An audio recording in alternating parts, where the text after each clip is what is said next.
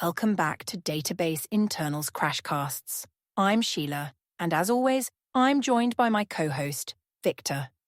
Before we dive in, I want to remind our amazing listeners that if you're enjoying the show, please take a moment to rate us on your favorite podcast platform. Your support means the world to us. Absolutely, Sheila. Every rating helps us reach more database enthusiasts like yourselves. Now let's get into today's topic. We're wrapping up our chapter on What is a Database with a comprehensive summary. This is the final section of our first chapter in the Introduction to Databases season. That's right, Victor. And to kick things off, I have a quiz question for our listeners. Are you ready? I'm always ready for a good database challenge, Sheila. Let's hear it.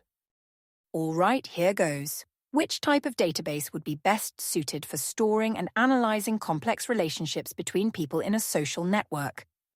Oh, that's an intriguing question. It really makes you think about the different types of databases we've discussed and their specific strengths. I'm sure our listeners are pondering the various options right now. Without giving away the answer, I think this question nicely encapsulates many of the concepts we've covered in this chapter. Exactly. Now, let's dive into our summary. Victor, could you start us off with a recap of what a database actually is? Certainly.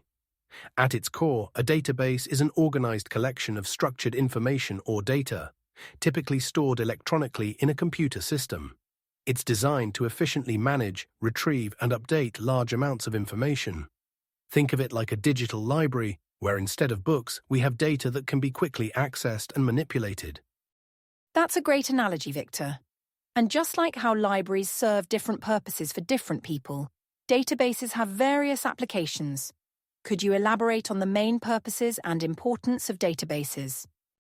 Absolutely. Databases serve several crucial purposes in our digital world.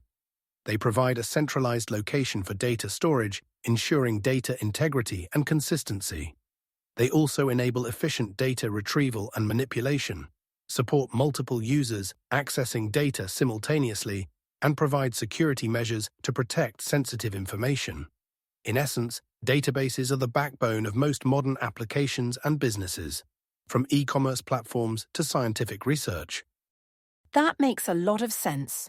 Now, we've talked about different types of databases throughout this chapter. Could you give us a quick overview of the main types we've covered? Certainly. We've discussed several types, including relational databases, which organize data into tables with predefined relationships, object-oriented databases, which store data as objects, document databases, which store data in flexible JSON-like documents, key-value stores, which use a simple key-value pair mechanism, and graph databases, which excel at managing highly connected data. Each type has its strengths and is suited for different use cases. That's a great summary, Victor. I'm curious, how have databases evolved over time? Can you give us a brief history lesson? Of course, the concept of databases has been around since the 1960s, starting with hierarchical and network models. The relational model, introduced by E.F. Codd in 1970, revolutionized the field. Since then, we've seen the rise of object-oriented databases in the 1980s and 1990s, and more recently, the emergence of NoSQL databases to handle the challenges of big data and web-scale applications. It's fascinating to see how databases have adapted to changing technological landscapes and data needs. That evolution is truly remarkable. Speaking of which, did you know that the first commercial database management system, IBM's Information Management System, IMS, was developed for NASA's Apollo program in the 1960s? I didn't know that, Sheila. That's a fantastic piece of trivia. It really puts into perspective how far we've come in database technology. From helping put a man on the moon to powering the apps on our smartphones, databases have come a long way. They certainly have. Now, let's talk about some common applications and use cases for databases. What are some real-world implementations we've discussed? Great question. We've covered a wide range of applications. Databases are used in virtually every industry. In finance, they manage transactions and customer information. In healthcare, they store patient records and support research. E-commerce platforms rely on databases to manage inventory and process orders. Social media platforms use databases to store user profiles and interactions. Even your smartphone uses databases to manage your contacts and messages. That's a great overview, Victor. As we wrap up this chapter, what would you say are the key takeaways for our listeners? I'd say the key points to remember are: Point 1. Databases are organized collections of data that enable efficient storage, retrieval, and manipulation of information. 2. There are several types of databases, each suited for different use cases. Point 3. Databases have evolved significantly over time to meet changing data needs. Point 4. They play a crucial role in almost every aspect of our digital lives. Point 5. Understanding database concepts is increasingly important in our data-driven world. Excellent summary, Victor.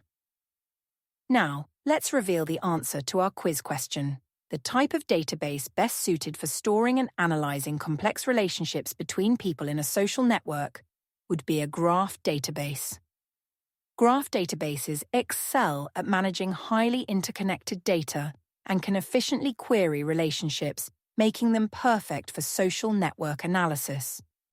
Great explanation, Sheila. Graph databases indeed shine in scenarios where relationships between data points are as important as the data itself. Well, that wraps up our chapter on what is a database. We hope you've enjoyed this journey through the fundamentals of databases.